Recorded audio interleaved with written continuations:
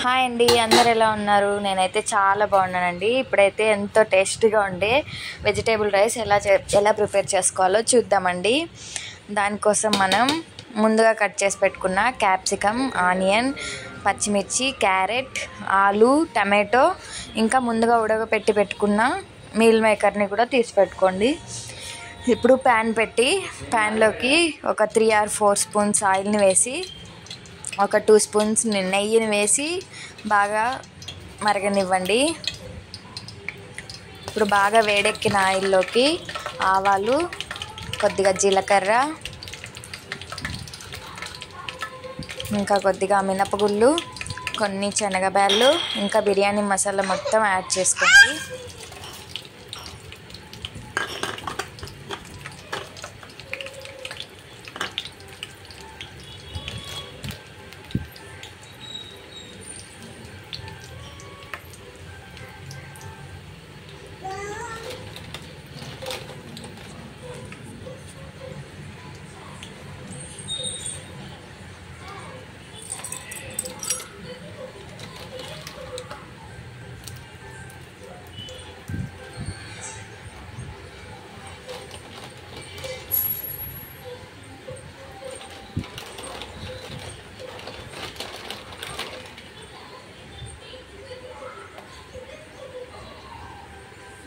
ఇప్పుడు దీన్ని మొత్తం ఒకసారి కలుపుకొని మనం ముందుగా కట్ చేసి పెట్టుకున్న ఆనియన్స్ని ఇందులోకి యాడ్ చేసుకోవాలండి. కరివేపాకు, ఆనియన్స్ యాడ్ చేసి ఒకసారి మళ్ళీ కలుపుకొని మనం కట్ చేసి పెట్టుకున్న పచ్చిమిర్చి యాడ్ చేసుకోవాలండి.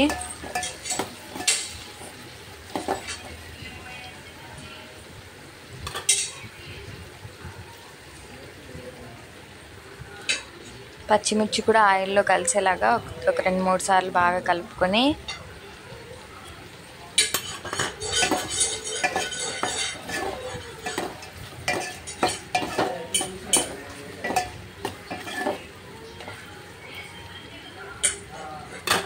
అందులోకి మనం కట్ చేసి పెట్టుకున్న క్యారెట్, క్యాప్సికము అవి యాడ్ చేసుకోవాలండి. క్యారెట్, క్యాప్సికము, ఆలు యాడ్ చేసుకోవాలండి.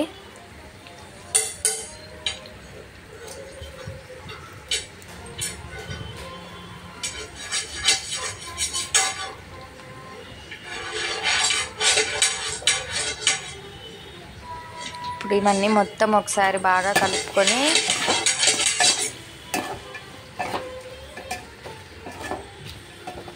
మనం కట్ చేసి పెట్టుకున్న టమాటో కూడా అందులోకి యాడ్ చేసుకోవాలండి. మళ్ళీ ఒకసారి కలుపుకొని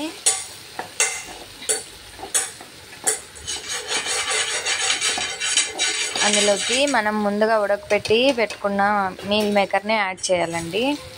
ఇలా యాడ్ చేసిన దాంట్లోకి కొద్దిగా పసుపు, ధనియాల పొడి, ఇంకా 1 స్పూన్ కారం వేసి బాగా కలుపుకోవాలండి.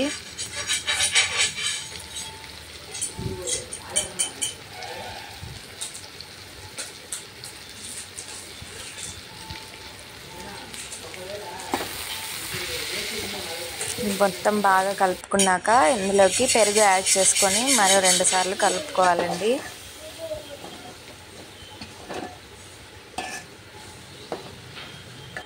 ఇప్పుడు అందులోకి రుచికి సరిపడా సాల్ట్ని వేసుకొని మనం ముందుగా నానబెట్టుకున్న బియ్యం అందులోకి వేసుకోవాలండి. 1 గ్లాస్ బియ్యానికి 2 గ్లాసులు వాటర్ వేసుకోండి. నేను 2 గ్లాసులు బియ్యం వేసుకున్నానండి. కాబట్టి 4 గ్లాసులు వాటర్ యాడ్ చేసుకుంటాను.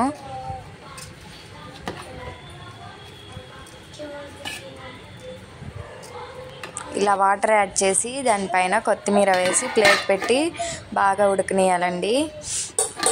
బాగా ఉడికిన తర్వాత రెడీ అయిపోయిందండి. చాలా యమ్మీగా టేస్టీగా ఉంటుందండి. పిల్లలు కూడా చాలా ఇష్టంగా తింటారు.